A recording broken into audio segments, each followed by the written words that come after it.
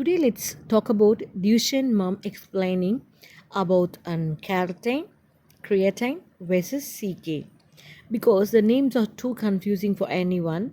One thing I wish someone had explained clearly at the beginning of our Duchenne muscular dystrophy journey is this: creatine and creatine kinase are not the same thing.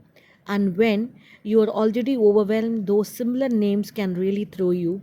Here's how I understand it now. Creatine is something our bodies naturally make. It helps muscles produce quick energy like a little rechargeable battery inside the muscle cells. When people talk about supplementing, they usually mean keratin monohydrate, which is just a stable powdered form of keratin. It is something you give with medical guidance. Creatine kinase is completely different. It is an enzyme that lives inside muscle cells. When muscle cells are damaged, like in Duchenne, the CK leaks into the bloodstream. That's why our boys often have a very high CK levels. It is not caused by creatine supplements. It is a marker of muscle breakdown. So, the simple way I explain it now: creatine is equal to muscle energy helper and CK is equal to blood test marker of muscle damage. Two different things, similar names, totally different roles. Taking creatine monohydrate does not typically raise CK levels in the way Duchenne does. CK is high because of the lack of dystrophin and ongoing muscle breakdown, not because of creatine levels. That distinction really matters. If you're newly diagnosed and trying to make sense of all this, I see you. The terminology alone can feel like another mountain to climb. We learn, we ask questions, we add things to our clinic lists, and we keep advocating. This is how a Duchenne muscular dystrophy mom will take up with elevated creatine kinase, weakened muscle, mitochondrial dysfunction, dystrophin loss, loss of dystrophin, muscle damage, and whatever creatine monohydrate, the medicine what you're going to give you, and CK is equal to ATP and ADP. I will talk about this in much later form. Coming back to the word money that nobody talks about. Rare disease is expensive in ways families never choose. People see the diagnosis, they don't see the receipts.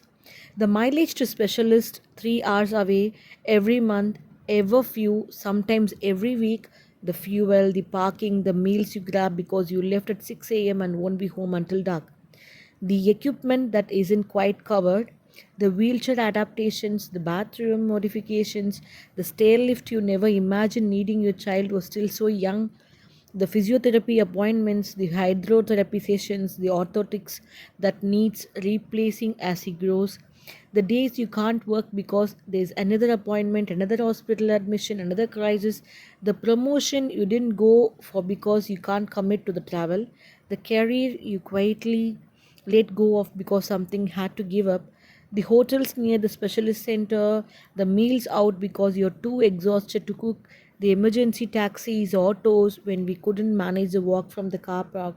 It's add up and up and up, not in dramatic ways, in 100 small ways that no one sees, in the bank balance that never quite recovers, in the holiday you don't take, in the savings that were meant to be for his future spent on his present.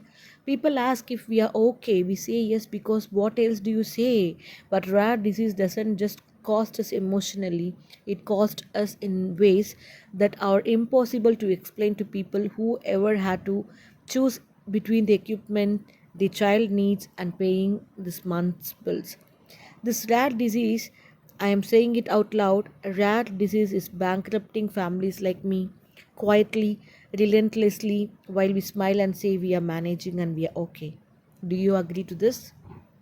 The long road to answers before families can fight a rare disease, they have to fight for a diagnosis. For rare disease families, the journey often begins with a gut feeling that something isn't right, but that feeling is met with an average of 4 to 7 years before getting answers, multiple misdiagnoses along the way, being dismissed as anxious parents or told let's wait and see. Imagine Knowing your child needs help but being unable to get anyone to listen. Imagine watching symptoms progress while doctors tell you everything is fine. Imagine the relief mixed with devastation when you finally get a name for what you have been seeing all along. For Duchenne muscular dystrophy and thousands of other rare diseases, early diagnosis can mean earlier intervention, better outcomes, and precious time. But too many families are still fighting to be heard. This rare disease, let's acknowledge the diagnostic odyssey that rare disease families endure and commit to believing parents who know something is wrong. If you are a rare disease parent who fought for your child diagnosis, please drop me in heart below. You are not alone and you're not right to keep fighting. You were right to keep fighting. We should also admit, like one in 17 people live with rare disease. Most are children. Most people know someone affected and don't realize it. Before Duchenne, I thought rare meant unlikely. Now it's our everyday life. Rare means watching other parents worry about whether the child will make the football team while you wonder if yours will keep walking. Rare means becoming fluent in a medical language you never wanted to learn. Dystrophin, cardiomyopathy, corticosteroids, words that sit heavy in your mouth. Rare doesn't mean what I meant it for, what I thought it meant. It doesn't mean distant or far away. It means isolating. It means your child name on a diagnosis that most doctors have never seen. It means specialists who are hours away, clinical trials that might not happen in time, and a future that looks nothing like the one you imagine. Rare means the loneliness of sitting in waiting rooms where no one else is waiting for the same thing you are. Rare means no one brings your casseroles. There are no awareness ribbons on cars in the school car park. No walks or runs in your town, just you learning to be your child's fiercest advocate while pretending to the world that you're holding it together. It means Googling at 2 a.m. because no one in your life understands what you're going through. It means explaining over and over to family and friends who mean well but can't quite grasp it. It sometimes means sometimes stopping trying to explain at all. It means people asking how your child is doing and you're not knowing how to answer because how do you say it? How do you make them understand without watching their face change, without becoming the family people whisper about? So I smile, I say fine. You I'm keeping it rare, which is to say, I keep it quiet. Rare disease might be rare individually, but collectively they affect 300 million people worldwide. That's not rare, that's just invisible. Rare means being surrounded by people but feeling utterly alone. But here's what I've learned: rare doesn't mean isolated. There's a whole community of us parents loving fiercely, fighting tirelessly, carrying more than anyone should have to carry.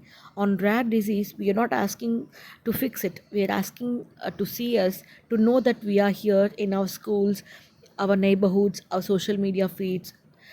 Really look at the mom in your child class who seems tired, at the family who can't make weekend plans, at the people living full complex, heartbreaking, beautiful lives in the margins. We are here, we had always been here, living with rare that isn't unlikely, it's just invisible until it is not.